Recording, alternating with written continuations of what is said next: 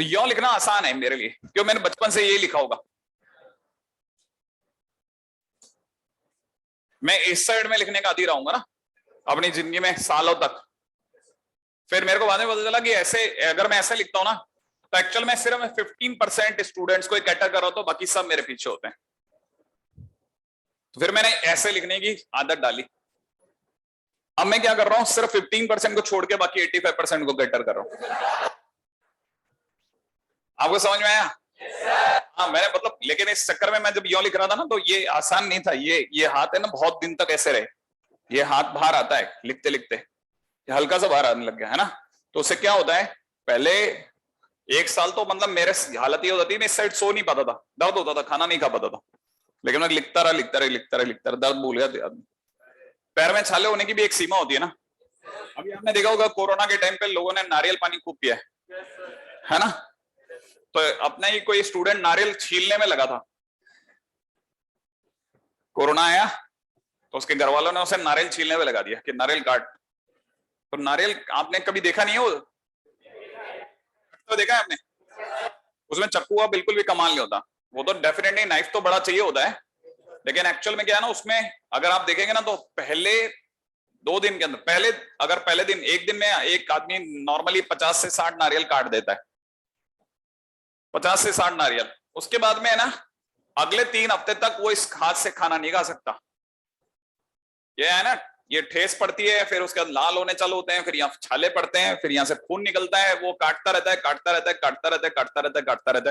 ठीक है ना, वो पकड़े रखता है। लेकिन ऐसे पकड़ने लग जाते हैं शुरुआत में, बहुत जो छोटे छोटे लड़के होते हैं ना, उन्हें पता नहीं होता कि ऐसे पकड़ना पड़ जाएगा चक्कू, ऐसे वो पकड़ ही नहीं पा रहे होते, हाथ मुड़ता ही नहीं है, दर्द इतना ज्यादा होता है।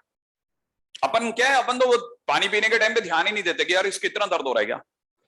तो मैं उतरा, मैंने कहा यार इससे कैसे पकड़ रहे थे, ओए होए देखा पूरा लाल एकदम, खून ही खून। ठीक है, लेकिन मैंने कहा ना हर चीज कुर्बानी मांगती है, एक सीमा के बाद में वो कुर्बानी मांगती है कि नहीं साहब इसके बाद ही तेरी वो है मंजिल, ये जो सबसे गहरी रात होगी ना उसके बाद। फिर उसके बाद क्या है, 3 हफ्ते के बाद उसे याद भी नहीं रहता काय का छाला खट काट के दे देता है। फिर वो आप उसे 100 कटवाओ तो भी दर्द नहीं कोई। आगे बढ़ते हैं। यही मेरे को लगता है कि आप में से कई लोगों के लिए भी अच्छा हुआ बातचीत निकली, तो आप में से कई लोगों के लिए अच्छा सबक भी है ये, कि बस शायद मेरे को लगता है ना हर चीज एक कुर्बानी मांगती है, बस इस लेवल के बाद ही तेरी वो जगह है। और वो लेवल है कि आपने जैसे मान लीजिए आपको लगता है 50 क्वेश्चन करते करते आपको नींद आ जाती है, तो फिर आप 50-50 करते रहो, 3 हफ्ते 4 हफ्ते तक 50-50 क्वेश्चन करते रहो। उसके बाद आपको पता ही नहीं चलेगा कौन 50 कैसा 50, आने दो 60 आने दो, सर 70 आने दो, अब तो 70 भी होते हैं शुरुआत में, लेकिन ऐसे छाले भी बनेंगे आपके। तो बस आप उस मौके का इंतजार करो आप कि हाँ सब दर्द की इंतहा बढ़ गई सब।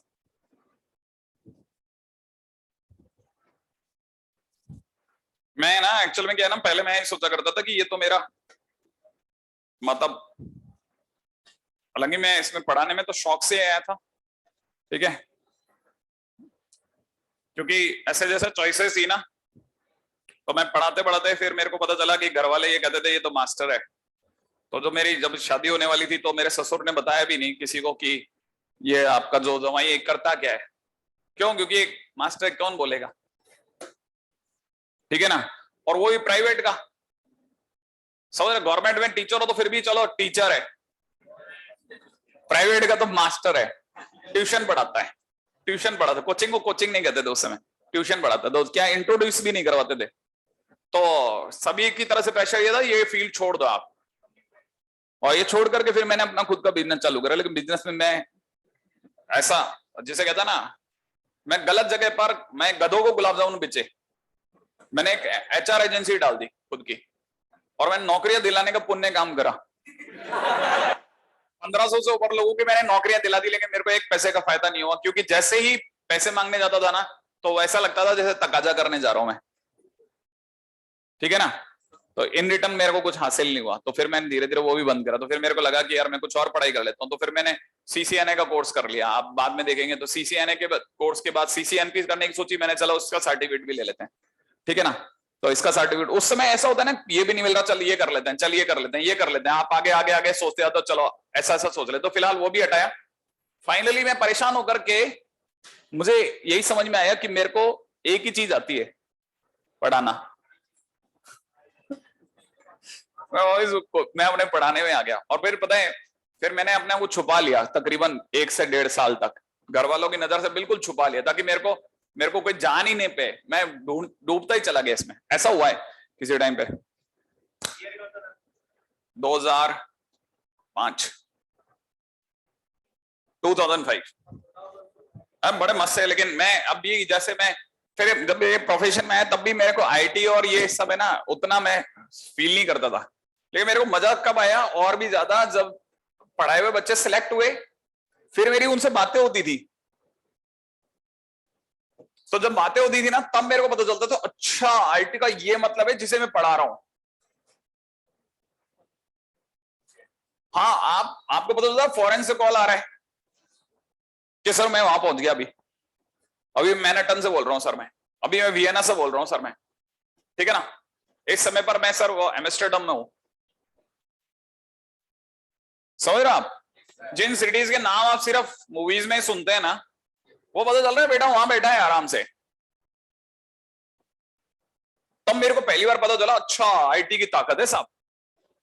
हाँ, इस डिग्री को भले कोई भी कितनी भी रैंक दे दे वर्ल्ड में कि हाँ ये तो 70वां प्लेस है, ये 80वां प्लेस है, लेकिन आपको पता नहीं है, मतलब इंडियंस की कदर तो बहुत है। मैं फिर बोल रहा हूं आपको, इंडियन आईटी मतलब काम की चीज है। तो एक रास्ता समझ में आया मुझे कि मैं आने वाले टाइम में आप में से कभी किसी को बता पाऊं कि या तो धक्के खाओ 13 साल, या ये 13 महीने 14 महीने धक्के खा लो, बस चॉइस आपकी है। ठीक है, आगे बढ़ जाओ। ठीक है, इससे पहले कि आप इमोशनली हो जाओ, क्योंकि ये इमोशंस का गेम नहीं है ये।